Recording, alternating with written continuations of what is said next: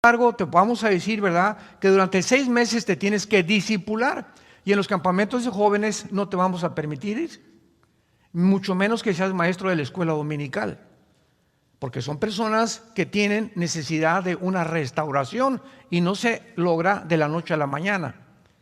Decía, por ejemplo, David Wilkerson, uno de los más grandes hombres de Dios del siglo pasado. Él fundó lo que se llama Reto a la Juventud, que lo formó con Nicky Cruz, cuando Nicky Cruz, jefe de las pandillas Mau Mau en Nueva York, fue este pastor David Wilkerson. Nicky Cruz se convirtió siendo el jefe de la pandilla más feroz de Nueva York y de los barrios más de Nueva York, y de ahí sacó un libro que se llama La Cruz y el Puñal. Y David Wilkerson considera el siguiente: de los 30 años para adelante, un homosexual tiene el doble de esfuerzo para rehabilitarse. Antes de los 30 hay una grandísima probabilidad de una rehabilitación más rápida. A los 40 es 3 veces más difícil, y de los 50 para adelante es 5 veces más difícil rehabilitar a una persona que ha hecho un hábito, no de una enfermedad, sino de un pecado. Dice Levítico 20, versículo 13: si alguno se ayuntare con varón como con mujer, es abominación. Ambos han de ser muertos, sobre ellos será su sangre. Recordemos algo: el contexto de los mandamientos de Dios, dados en muchas partes en el Antiguo Testamento, tenemos que recordar el grupo de personas a quien Dios se dirigió. Aquí tenemos un grupo de personas que está sacando Dios y lo está llevando por un desierto, y lo que tienen que cuidar este grupo de personas es cuidarse, purificarse lo más que puedan antes de entrar a la tierra prometida. No lo está diciendo a una grande nación. Entonces, si hay un homosexual en este grupo de personas, es tan peligroso que este muchacho va a contaminar a 1 o 2 muchachos. Esto es inevitable, porque tarde o temprano se va a acostar con uno o con otro, ¿verdad? Y le va a brincar en la noche o a la semana, y sin que nos demos cuenta, ya en la congregación hay 3 o 4 homosexuales. Hay un ejemplo muy grande que acaba de suceder, y lo puedo mencionar porque es del conocimiento público, con el grupo de Hillsong, que fue un grupo precioso, una música lindísima de Jesucristo, pero de repente, allá en Australia, comenzaron a permitir que dentro de la banda de los músicos se subieran homosexuales, y que homosexuales dirigieran también la alabanza. Entonces, a los 6 meses se descubre que 2 de ellos ya se habían casado, y era una organización que está representando a Jesucristo. ¿Qué pasó con los líderes? Pues al ratito cayó uno, cayó otro, etcétera, etcétera, y se hizo un desbarajuste por todos lados. Claro que todavía sigue, ¿verdad?, esta organización. En muy pocas, casi han renunciado todos los pastores de la mayor parte de las naciones. Hay algunos que son honrados. Brian Houston, que fue el fundador, es un hombre de Dios, con su esposa, ya lo exoneraron, ¿verdad? Me equivoqué, pero desgraciadamente no previmos que cometimos un grandísimo error. Mientras se curan, tenemos que excluirlos, porque contaminan. Una mujer lesbiana también, ¿verdad? Una mujer que es lesbiana, ven para acá las jovencitas, y sin que se den cuenta comienzan a tender una red, y al ratito caen también en el lesbianismo, porque contagia, es radiactividad. Entendamos que es por eso que la Biblia le llama pecado. Y cuando es pecado, no hay ninguna medicina más que la sangre de Jesucristo. Ningún sistema, ningún psiquiátrico, ninguna clínica, nadie puede sanar el pecado. Sino, ¿para qué Cristo muere en una cruz? Fue el desperdicio más grande que hizo Dios al permitir que su Hijo pagara. ¿Por qué? Por nuestros pecados. Porque no hay otra medicina más que la muerte de Cristo en esa cruz. Sin embargo, cuando le llamamos pecado a la homosexualidad o al alcoholismo, les podemos señalar la cruz, a Jesucristo. Por lo tanto, es muy importante dar a los problemas matrimoniales la etiqueta que la Biblia les da. Las otras etiquetas mienten respecto a los problemas y de manera inevitable nos van a llenar o a llevar a soluciones falsas. Los que reemplazan la palabra pecado por etiquetas modernas, es posible que piensen que es bondadoso hacerlo. Ay, pues para que no se sienta tan mal, pero hacerlo es completamente lo opuesto. Veamos lo que el apóstol Pablo en 1 de Timoteo capítulo 6 le recomienda a su discípulo más cercano llamado Timoteo. Primera carta de Pablo a Timoteo capítulo 6 versículo 3.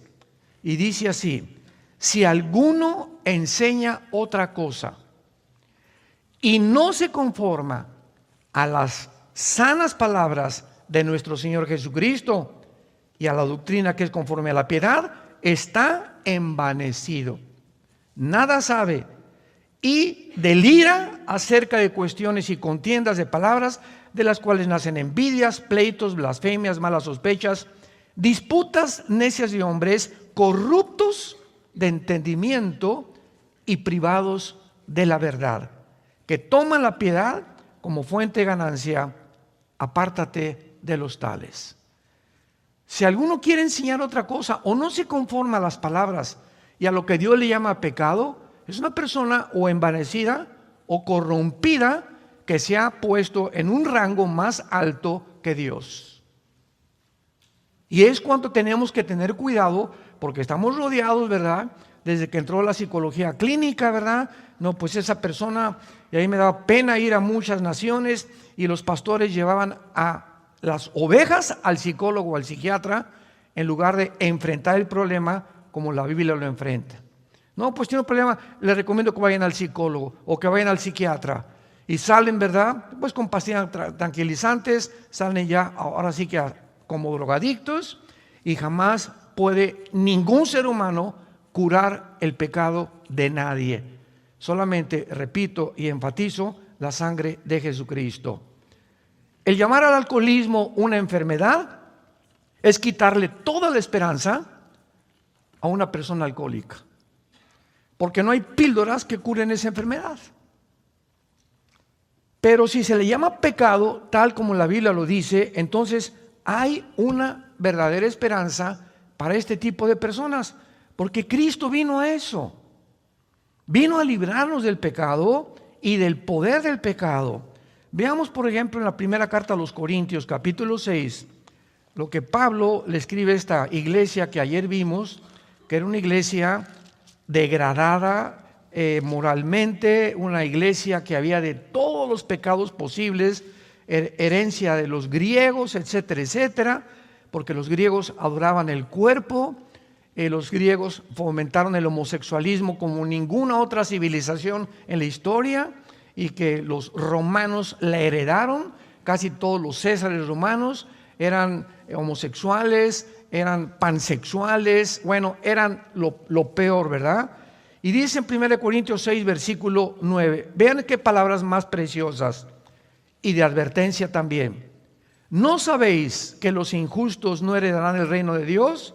No erréis, ni los fornicarios. O sea, el fornicario en la Biblia es la persona que usa el sexo fuera del matrimonio. O sea, una pareja de jóvenes que tienen relaciones sexuales están fornicando. Una persona homosexual es un fornicario, una lesbiana es fornicario, una persona que tiene relaciones con un niño es un perverso. Ya todavía desciende un grado 5 veces más bajo que cualquier nivel de degradación moral, porque es la peor perversidad que puede existir, meterse sexualmente con un niño. ¿No saben ustedes? O sea, si no lo saben, van a saberlo. Ni los fornicarios, ni los idólatras, ni los adúlteros, ni los afeminados, ni los que se echan con varones, ni los ladrones, ni los avaros, ni los borrachos, ni los maldicientes, ni los estafadores heredarán el reino de Dios. Escuchen el versículo 11. Y esto eran algunos. Las iglesias son puros ex. Aquí somos puros ex. Aquí nadie era San Pablo, ni San Gelatao, ni Santa Rita de Casia. Todos nosotros en las iglesias somos personas que venimos lastimadas, heridas de un pasado que todos tenemos que cargar con Él hasta que llegamos a la cruz. ¿Qué es la iglesia? Es el hospital donde todas estas cosas, tu borrachera, tu fornicación, tu altura, comienza el Espíritu Santo en la medida que tú le permites a sanarte. Eso es lo que es la iglesia. Entonces no solamente venir aquí, pararte y oír y de lunes a viernes portarte igual. Tú tienes que tomar ya el hábito de leer diario la Biblia, tener tus devocionales, consagrarte a Dios, adorar a Dios, y cada vez que pecas, venir a la cruz, Señor, la regué, volví a derramar la leche otra vez anoche, y le volví a gritar a mi esposa, y vi a esa mujer, ya tengo una mujer aquí en mi mente hace 3 días, Padre, te pido que la sangre de Cristo, renuncio a seguir pensando en esa mujer, renuncio a seguir pensando en ese hombre. Cuando Dios ve esta decisión deliberada, voluntaria en nosotros, nos ayuda.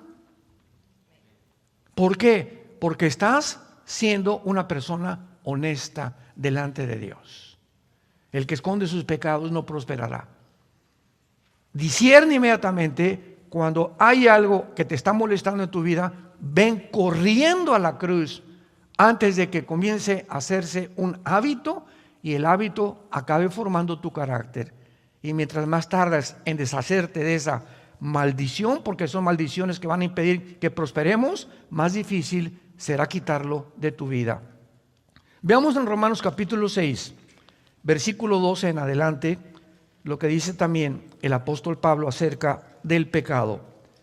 No reine pues el pecado en vuestro cuerpo mortal, de modo que lo obedezcas en todos sus impulsos desordenados, que se tradujo concupiscencias.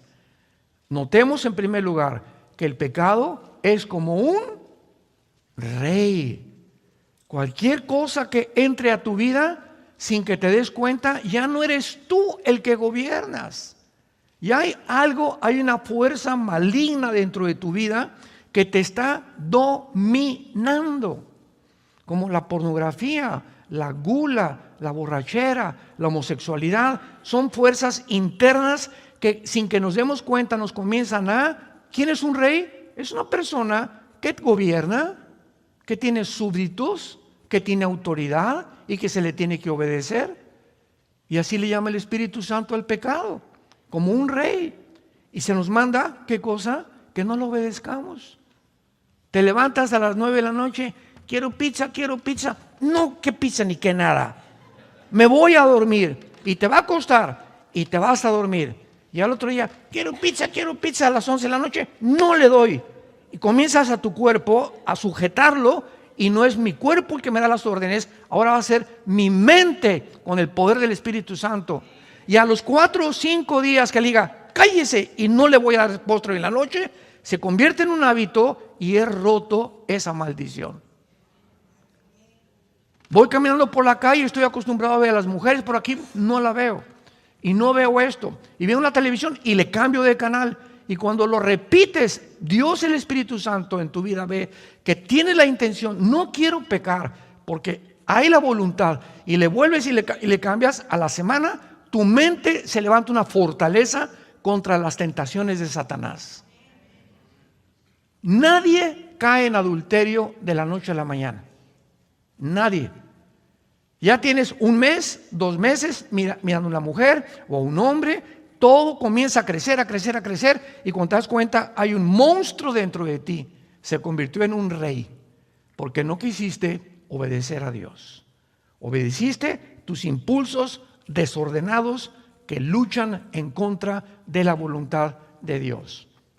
Dice el versículo 13, ni tampoco presenten vuestros miembros, o sea, mis órganos sexuales, mis brazos, mis piernas, mi cabeza, eso es lo que son miembros. No presentes tus miembros al pecado como instrumentos de iniquidad. ¿Qué usa el pecado? Usa mis ojos, usa mis oídos, usa mis brazos, usa mis piernas, mis órganos sexuales, mis pensamientos. El pecado tiene que usar al cuerpo como su instrumento. Nuestro cuerpo es el instrumento a través del cual pecamos. Pecamos con los ojos, oyendo conversaciones feas, viendo cosas feas, vulgares, inmorales, etcétera, etcétera. Caminando en lugares donde no debo entrar. No debo entrar a una discoteca, no debo entrar a una casa de prostitución. No voy a entrar cuando mis amigos están burlándose de Dios, etcétera, etcétera. Mis brazos, ¿verdad? No voy a tocar a una mujer. Nosotros en Vida Nueva para el Mundo tenemos una ley en los pastores. Nosotros no le damos consejería a ninguna muchacha joven. Hermano pastor, ¿me da consejería? Le hablo a mi esposa y si mi esposa no está, no te puedo dar una consejería. ¿Por qué? Porque la carne es débil. Hay hermanas también, ¿verdad? Que llegan, pastor, no, hermana, no se me acerque.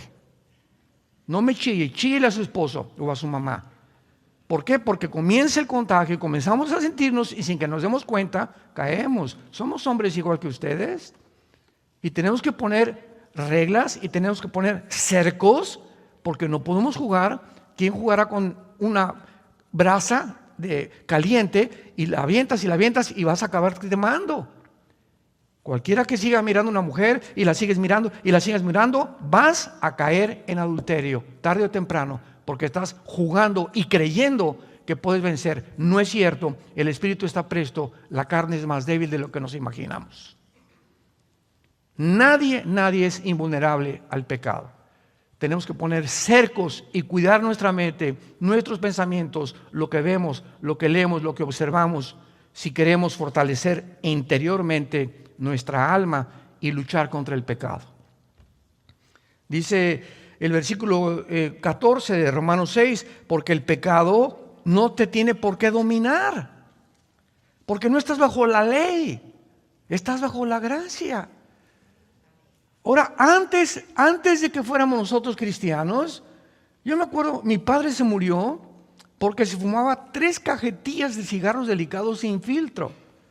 Pobrecito, se murió en 1970, en aquel tiempo no había la información que tenemos de la fumar. Se desayunaba una taza de café así, con 3 bolillos. Y el pan blanco te sube completamente todo aquello que va y favorece la diabetes. Entonces el pan blanco, elimínalo completamente de tu dieta. Trate de buscar pan integral, no tomar refrescos, nada de lat, etcétera, etcétera. Mi padre se muere a los 52 años con 4 ataques al corazón de arteriosclerosis. Me impactó tanto la muerte de mi padre porque era un hombre casi 1,90 de estatura, muy fuerte, etcétera, etcétera. Y engordó y cuando se dio cuenta estaba bien gordo. Y le encantaban las quesadillas y las grasas y no había tanta información. Y lo tronó, ¿verdad? Se le llenó la sangre de colesterol. Y se muere de arteriosclerosis. Y ahora tenemos muchísima información porque Dios quiere que la generación que lleguemos al final, lleguemos saludables, lleguemos con energía. Dios nos quiere amar, Dios quiere que le sirvamos, Dios quiere que podamos realmente presentar fuerzas. No podemos presentar fuerza al pecado sin energía. Y si tenemos debilidades en nuestra carne, es más difícil obedecer a Dios. Tenemos que disciplinar nuestro cuerpo y ponerlo en servidumbre. Veamos en 1 Corintios capítulo 9. Pablo, usando el ejemplo de los atletas de Grecia, porque él vivió en esa época, usando esta analogía, dice 1 Corintios 9, 25 al 27, todo aquel que lucha, de todo, ¿qué cosa? ¿Recuerdan ustedes el último campeonato de fútbol en Sudáfrica? Brasil, todo en aquel tiempo jugaba Ronaldinho. De acuerdo a mi consideración, Ronaldinho ha sido el jugador de soccer más impresionante de toda la historia, más que Messi, más que Ronaldo, más que Beckham, más que todos. Era un mago, era un muchacho impresionante. Fue el maestro de Messi precisamente Ronaldinho. Y Messi lo sigue queriendo muchísimo todavía a Ronaldinho. Bueno, en el campeonato de Sudáfrica, el entrenador de Brasil fue un entrenador, como deben ser los entrenadores, enérgicos. Y les tienen prohibido, por lo menos una semana antes, no tomar, no irse a una fiesta, acostarse a las 9, 10 de la noche, etcétera, etcétera. Ronaldinho, pues, como todos los grandes astros de cualquier cosa, se le subió a la cabeza.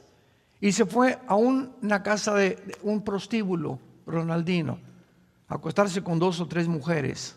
Regresó como a las 5 de la mañana, quiero entrenar, y le dijo al entrenador, no juegas en el campeonato.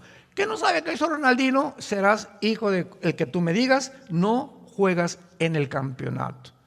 Y Ronaldinho desde ahí comenzó a bajar, se levantó un poco, vino a México a jugar, etcétera, etcétera, pero ya nunca en su vida volvió a ser el mismo. ¿Por qué? Todo atleta, todo el que lucha, se abstiene de todo. Tú no puedes ser boxeador y al otro día pelear contra no sé quién y cenar pizza o medio kilo de helado. Ni tampoco tener relaciones con tu esposa para que la energía la guardes en tu pelea de box. Uno que es atleta, uno que entra en este campo, de todo se abstiene. Y el entrenador, si ve que algún jugador, algún boxeador, algún deportista, beisbolista, lo que sea, no se aceptan las reglas, lo eliminan del partido. Porque tiene que haber disciplina en sus cuerpos. Y dice Pablo, unos para recibir una corona corruptible, pero otros una incorruptible. Y todos los atletas que llegaban por aquí, ¿qué es lo que les dan de premio? Una coronita de hojas que le ponían aquí, en un estrado que se llamaba el bema, o el tribunal de los jueces, y ese era el premio. Todo lo que hicieron, los esfuerzos, los sacrificios, la dieta que tuvieron, para que les pusieran una cochina corona de hojas, que a la semana se les echaba a perder. Y nosotros no estamos buscando una corona de esas, sino una incorruptible. No tenemos idea de los premios que Dios tiene guardados cuando nosotros le obedecemos. Y miren lo que dice a continuación. Así que, dice Pablo, yo de esta manera corro, no como a la aventura. De esta manera peleo, no como quien golpea al aire, sino que golpeo mi cuerpo y lo pongo en servidumbre. Ahora vas a ser mi esclavo. Me engañaste, ¿verdad? Y que fumar, y que emborracharme, y que por acá, y que ver, pues ahora no. Mi mente la voy a fortalecer y mi cuerpo va a ser mi esclavo. Antes de ser cristiano era al revés. Mi cuerpo me daba órdenes y obedecía lo que mi cuerpo me pedía.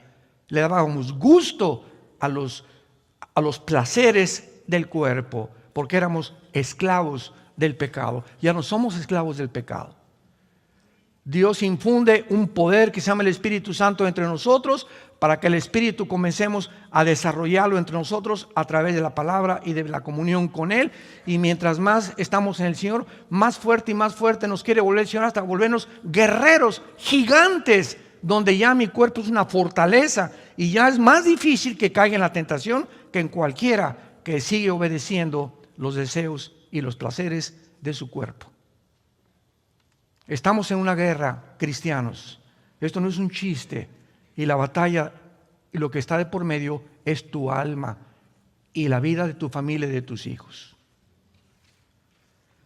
Golpeo mi cuerpo y lo pongo en servidumbre. Y miren lo que dice Pablo. No sea que Pablo, el más grande misionero y cristiano después de Cristo en la historia de la cristiandad, dice Pablo, no sea que yo, habiendo sido grande predicador, heraldo, yo venga a ser eliminado. No significa que va a perder la salvación, porque la salvación no se pierde. Significa que Dios te puede decir, ya no te uso. Sigues siendo un cristiano, ya no tienes poder, ya no ganas las almas, ya no tienes una pasión por la verdad, todo lo haces ya mecánicamente, te has vuelto un religioso. ¿Por qué? Perdiste las ganas, ya no disfrutas la Biblia, no disfrutas ya nada en la vida, simplemente ¿por qué? Porque Dios no te usa. Dice Pablo en otra parte de la carta a Timoteo, en un fregadero, en la cocina de una señora, hay vasos sucios y hay vasos limpios. Viene alguien a mi casa, dice Pablo, y pues le voy a dar un vaso sucio y ponerle ahí cualquier cosa y dar, no, uso los vasos limpios. Los que están sucios están en el fregadero esperando ser lavados, y hasta que no sean lavados no se pueden usar. Y dice Pablo, así son las vidas de ustedes. Cuando Dios quiere usar a alguien, ¿a quién va a buscar? ¿A quién va a usar? Para hablar a tu mamá, para hablar a tu primo, para comenzar a un homosexual, para que, ay hermano, venga a orar al hospital por mi enfermito y mándele un recado que se sane. Y usted, hermana, que no puede ir usted y darle el testimonio y darle el plan de salvación. Es que no puedo. ¿Por qué no puede? Porque está sucia seguramente. Dios usa instrumentos limpios, porque Dios es un Dios santo, santo, santo. Santifíquense para que nos convirtamos en instrumentos útiles para Dios. Muy bien, vemos entonces claramente que cuando Alcohólicos Anónimos le dice a sus seguidores que tienen que recordarse cada día, durante el resto de su vida que son alcohólicos, no se les ofrece ninguna esperanza. Pablo, en el pasaje que leímos, les asegura a los homosexuales, a los borrachos, que esto algunos eran antes, pero que ya no lo son. Ya han sido lavados, santificados y justificados en el nombre de Jesús. Es posible, les dice Pablo, dejar de ser homosexual, dejar de ser borracho, dejar de ser borracho, parrandero y jugador, y pasar a ser una persona diferente. 2 Corintios 5:17, el que está en Cristo, nueva criatura es. Solo en Cristo hay la posibilidad de convertirnos completamente en nuevas personas. Ahora bien, en el origen del matrimonio ya hemos visto que el matrimonio es de origen divino. Ningún juez, ningún politólogo, ningún psiquiatra, ningún antropólogo, paleontólogo, arqueólogo, nadie puede atreverse dentro de la humanidad, en los aproximadamente 6,000 años de historia que tenemos, de poder decir qué es el matrimonio. El matrimonio es de origen divino, porque fue formado como la primera institución. El propósito del matrimonio es muchas veces para combatir la soledad. Lo vamos a ver aquí en unos momentos. Uno de los más grandes enemigos del ser humano, yo lo consideraría el más grande enemigo, es el ego. El egocentrismo. Veamos a los niños. ¡Tom! ¡Es mío! Y les das los 3 juguetes y el mío. No lo quiero ahorita. Y comenzamos a ver ya un impulso en los bebés, aunque son inocentes del pecado, que nacemos como la maldad, como dice el Salmo 51, en maldad fuimos concebidos. Y nunca le enseñamos a los niños a portarse mal, les enseñamos a portarse bien, porque la maldad ya la traemos desde que nacimos. El pecado entró como una herencia desde Adán a todos nosotros. Por eso el pecado tiene que ser borrado con la sangre de Cristo y no con nuestras buenas obras. Tú puedes ser una buena persona y construir asilos y orfanatorios y regalar dulces a los pobres. Sin embargo, si mueres en pecado te condenas, porque no puedes llegar al cielo y decirle: Pedro, gracias por dejarme entrar, mira los asilos que hice y las iglesias, el dinero que di, etcétera, etcétera. Y Pedro te va a decir: ¿sabes qué? Te da una patada, te vas allá abajo al infierno. ¿Por qué? Porque la salvación no es por obras, es por la sangre derramada en la cruz. Si fuera por las obras, Dios nos hubiera dicho: miren, mis chiquitines, cada quien siga su religión, cada quien pórtese bien y nos vemos allá arriba. Pero Getsemaní nos habla que esto no fue así. Jesús cae de rodillas y se va a enfrentar en horas, a las 9 de la mañana que lo colgaron hasta las 3 de la tarde, en que en esas 3 horas se iba a separar de su Padre. Y Jesús clama y grita: Padre, no hay manera de que pueda evitar atravesar lo que voy a atravesar, beber esta copa. 3 veces le dijo Cristo al Padre: no hay otra manera. No habrá manera que venga el arcángel Miguel y él pague por los pecados, o que algún papa los perdone, o que le recen a algún santo, o que siga una buena religión. Y el Padre cerró completamente y le contestó: sin derramamiento de sangre no hay perdón de pecados. Solamente en la cruz tenía que morir un Dios y un hombre, porque ningún hombre puede perdonar pecados a nadie. Solo Dios perdona pecados. El que estaba en la cruz tenía que ser Dios, pero tenía que ser un hombre para identificarse con nosotros por el pecado hereditario de los primeros padres de Adán. No hay manera, otra manera más que la cruz, de acuerdo a Dios. Si tú quieres inventar tu manera de llegar a Dios, esa es tu manera. Y eso es la soberbia, que somos nosotros los que dictamos cómo llegar a Dios. No, la Biblia nos dice que Él pone y Él ha establecido los términos para llegar al cielo. ¿Los aceptas o te va a rechazar como Caín? ¿Se acuerdan de Caín? Génesis 4, se acercó a Dios ¿con qué? Te traigo mi pichoncito y te traigo mi becerrito y te traigo lo mejor de mi huerto. Y Dios le dijo, no lo recibo. ¿Por qué? Porque tu hermano me trajo la sangre de una oveja. Desde el principio se establece que tiene que haber un sustituto para pagar tus pecados. Las obras no sirven. Las obras vienen después de que hemos recibido a Cristo, pero no para recibir a Cristo. Vienen como resultado de tu salvación y no como el medio para que tú te salves. A la cruz, la cruz es esto, yo tengo que llegar a la cruz.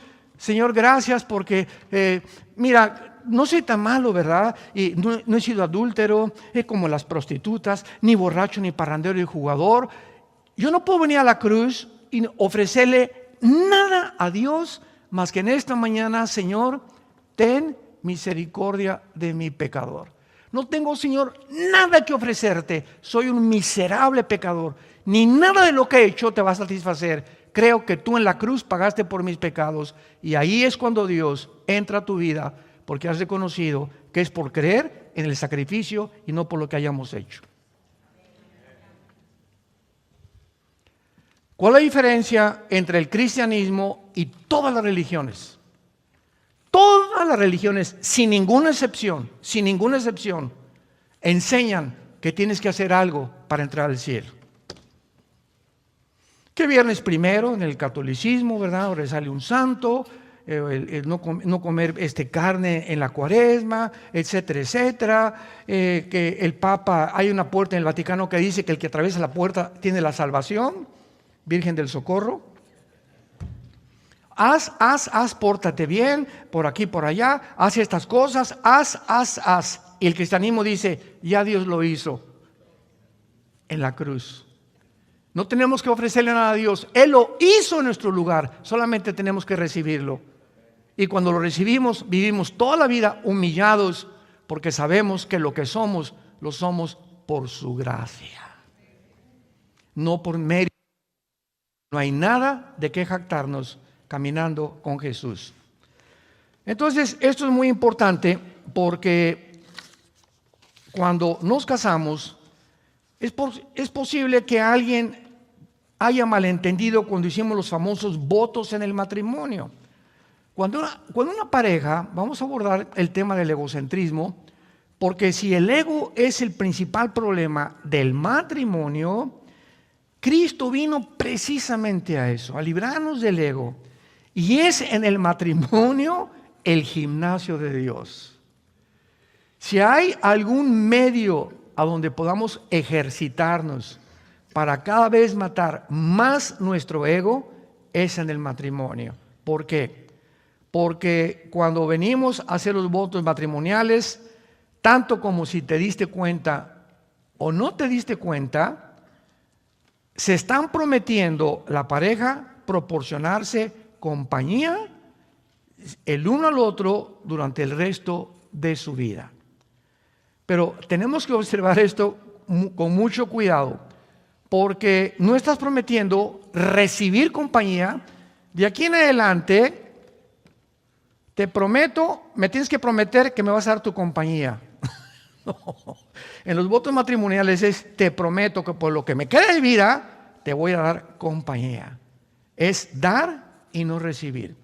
Si tú te casas y dices, es que Elizabeth Taylor, 9 matrimonios, la Chulis, la artista de cine, es que no he encontrado en ningún hombre lo que yo he estado buscando, el ego del tamaño de la Torre de Babel. Es que mi esposa no me da lo que yo quiero. Espérame tantito, es que no has entendido el matrimonio. Si tú sigues buscando de tu pareja que te dé, pues vives completamente en el trono del ego.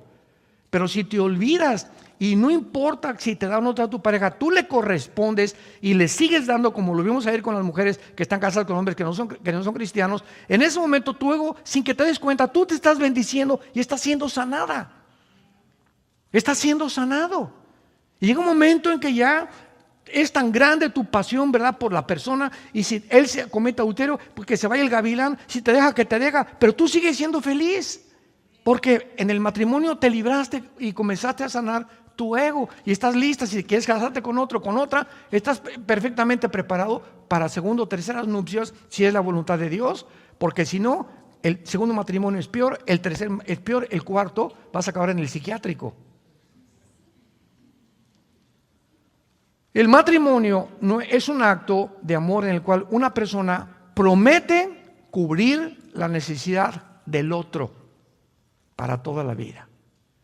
Estoy prometiéndole a mi esposa que voy a cubrir sus necesidades sin condiciones ni estipulaciones.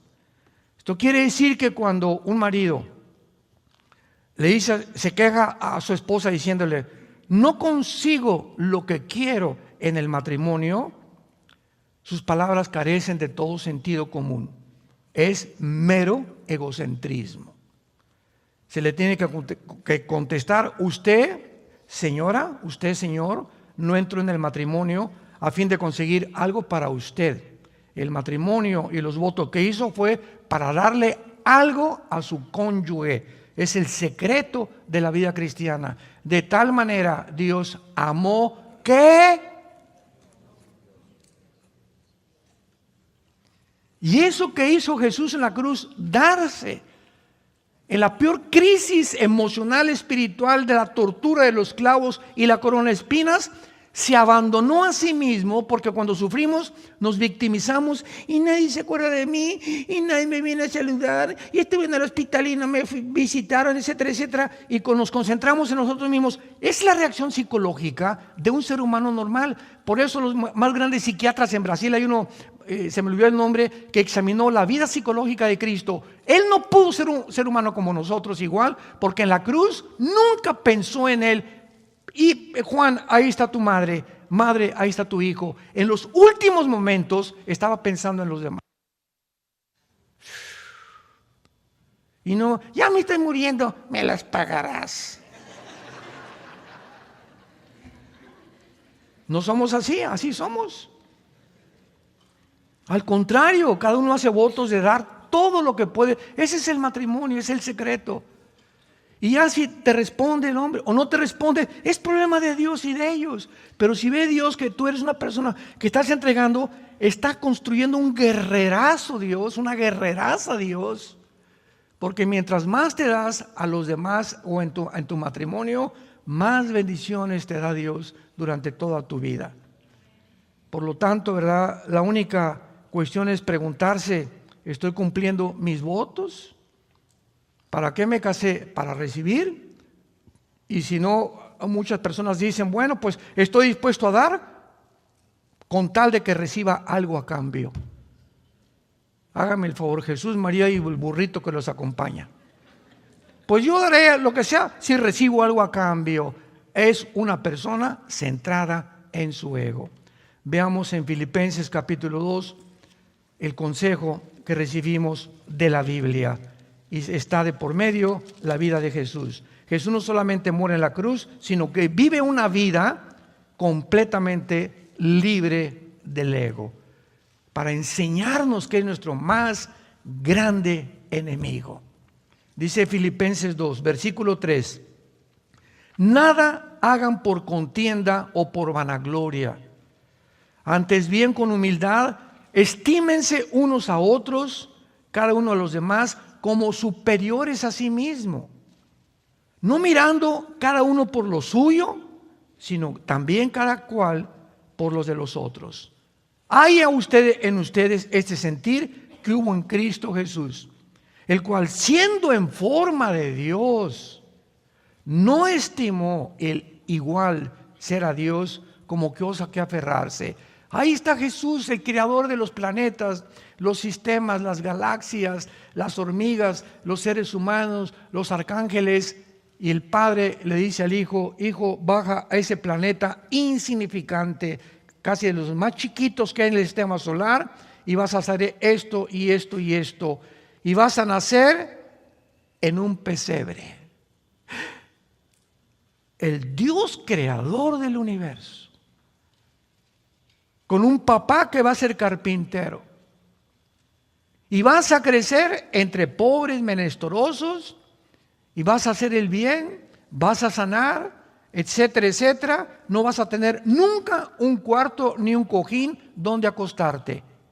Vas a andar en el desierto, en los montes, con un grupo de hombres que te van a seguir y les vas a enseñar todos los secretos que hay en el cielo para que en la tierra puedan entender cuál es su propósito por lo cual yo los creé. Y finalmente vas a abrir tus brazos en una cruz y todos los que sanaste y todos los que los demonios que le sacaste te van a gritar: crucifícale. Los que te alabaron al entrar a Jerusalén: Hosana el que viene al rey David. En 5 días te van a crucificar.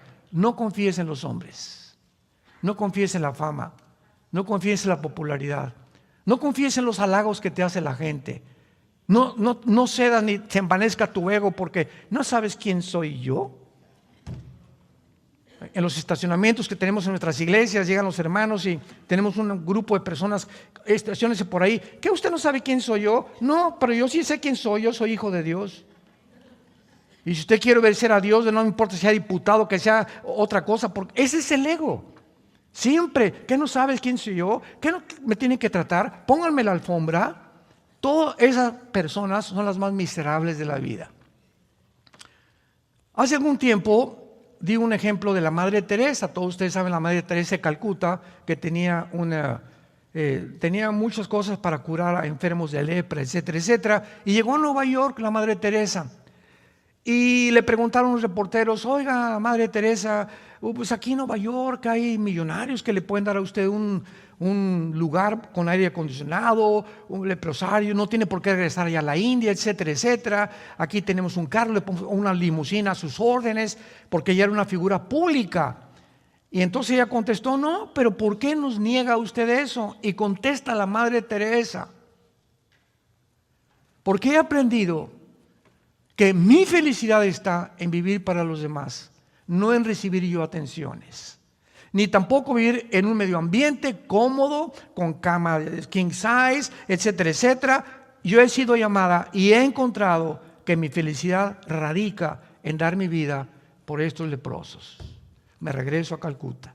Y le dijo adiós al dinero, a la fama, a todas esas cosas. La Biblia dice: recibirá un gran premio cuando entre al cielo. Siendo católica. Hay católicos que se van a ir al cielo porque han vivido lejos del egocentrismo, que es el pecado más grande que podamos tener. Ahora, en penúltimo lugar, vemos nosotros que Jesucristo nos dice en la Biblia: de tal manera amó Dios al mundo que dio. Nos amó y se entregó. Amad a vuestros enemigos. Si tu enemigo tiene hambre, dale de comer, dale de beber. Todas estas acciones rompen el ego sin que nos demos cuenta. Oye, pero ¿cómo? Si me la haces, me la pagas. Esa es la reacción normal de una persona que todavía tiene su ego del tamaño de la Torre de Babel. Pero cuando ya las ofensas de la gente o tu esposo o tu esposa ya no permites que entren ni te quiten la paz, ni te lastimen el alma, has desarrollado dentro de ti una armadura invisible que te va a hacer y dar la fortaleza para enfrentar la vida y soportar otras pruebas que van a venir con más fortaleza, porque has fortalecido, tienes una armadura espiritual que es lo que Dios quiere desarrollar en nuestras vidas como cristianos. Es finalmente ese propósito lo que Dios quiere hacernos, prepararnos para la vida. Se vienen problemas con nuestros hijos. Y no acabamos con los hijos, seguimos con los nietos. Dicen que los nietos es el postre de los abuelos. Pero los problemas no van a acabar. No hay un matrimonio que no tenga problemas. No hay un matrimonio que no siga luchando. Aquí hay unos que tienen 50 años de casados. ¿Quiénes son los de 50 años de casados? Levanten la mano. Ahí están, 50 años de casados. Hay como 2 parejas. Un aplauso por el amor de Dios.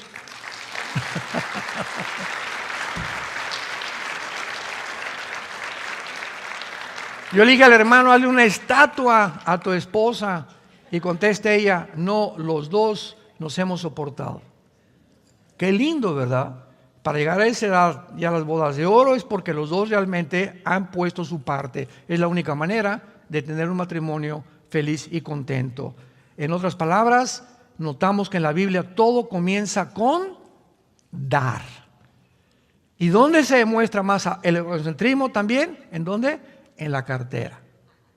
Porque aquí, cuando sacas la cartera, ahí está completamente, donde está tu tesoro, está tu corazón.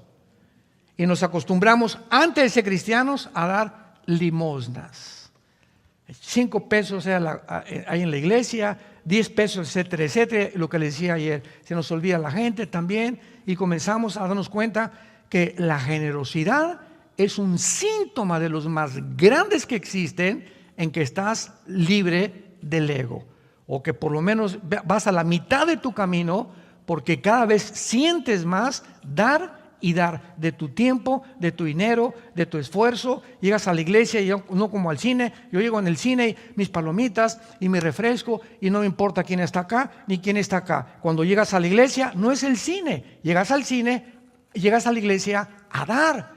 Vengo ahorita al seminario, oye, no te conocía, mucho gusto, doña Chole, ¿cómo está usted? La veo medio triste, ¿me permite orar por usted? No, que entramos a la iglesia, santo, santo, santo, no saludamos a nadie, no nos importa a nadie, no pusimos los brazos sobre nadie, no oramos sobre nadie. ¿Por qué? Porque nuestro ego nos sigue controlando. Qué tristeza ver iglesias así, donde cada quien, ¿verdad? Nomás lo mío con orejeras y no saluda a nadie. Oye, mucho gusto, yo no lo había visto cuando llegó usted a la iglesia. Mi nombre es fulano de tal, soy plomero, soy arquitecto, me da mucho gusto que venga. Mira qué bonita familia tiene, estamos para servirles, ¿eh? Y la gente cuando llega a una iglesia y ve que la gente lo recibe así, ¿a quién no le gusta que nos traten bien? ¿A quién no? Vean, este hotel es una característica de los buenos hoteles. Cuando llegas, oiga, señor Alducin, no, señor Alducin, le dije, ¿de dónde me conoces, compadre? ¿Qué, hemos estado en la cárcel juntos o qué? No, de hace 2, 3 años. ¿Cómo que hace 3 años? Sí, porque nos enseñaron a tener una lista de personas que pudiéramos apuntar, los que traen grupos, etcétera, etcétera, y hablarles por su nombre. Porque si alguien se siente importante es que te digan, oiga, señor Díaz, bienvenido. Ya saben que soy el señor Díaz y me reciben bien, ¿verdad? A todos nos gusta eso, ahí está el ego, ¿no? Ahí está el ego. Nos gusta que nos alaben, que nos exalten, etcétera, etcétera, que nos admiren. Ese es el ego. Y cuando ya evadimos todas esas cosas y lo único que nos importa es buscar dar y pasar tiempo, Cristo se detuvo en todo su ministerio 3, 4 horas con una mujer que llevaba 5 matrimonios, la samaritana, capítulo 4 de San Juan. Una mujer que llevaba 5 matrimonios y con el que estaba viviendo, la chulis, era su amante. ¿Y qué llegó Cristo con esta mujer a decirle? Eres una pecadora, etcétera, etcétera, dame de beber. Sí, y te voy a decir que esa agua vas a volver a tener sed. O sea, sigue buscando en los hombres la felicidad, nunca vas a estar satisfecho. Pero el agua que yo te daré será una fuente que salte de vida eterna en tu vida. Ya no busques en otras mujeres o las fantasías, con otro hombre sería más feliz. ¿No es cierto? No es cierto. No es cierto. Si con el que tienes no pasaste la prueba, no vas a pasarla con el otro, ni con la otra tampoco. Son puertas falsas porque buscamos siempre el ego de saber quién me va a hacer feliz. Con ese sí sería feliz, con ese hombre sí sería feliz. Mentiras, mentiras, mentiras. Está siendo deshonesto, deshonesta con Dios. Amémonos como Dios nos ha puesto, démosle gracias por la esposa que tenemos, los hijos que tenemos y luchemos por nuestra familia. Padre, te damos gracias en esta mañana. Porque sabemos que en el mundo tendremos aflicción. Pablo, quiero decirte, le dice a Timoteo que en los últimos tiempos habrá hombres amadores de sí mismos. La primera característica que Pablo le dice a Timoteo, hombres, mujeres, amadores de sí mismos, centrados en sus intereses, en sus propiedades, en lo que les conviene, en lo que reciben de los demás. Por eso mueren, han alcanzado puestos, presidentes, deportistas, cantantes, Y cuando tienen todo eso se dan cuenta que nunca vivieron para los demás. Por lo cual en la tercera edad, en la cuarta edad, van a recibir lo que sembraron y van a morir miserables, vacíos, descubriendo tal vez demasiado tarde que vivieron para ellos mismos. Haya pues este sentir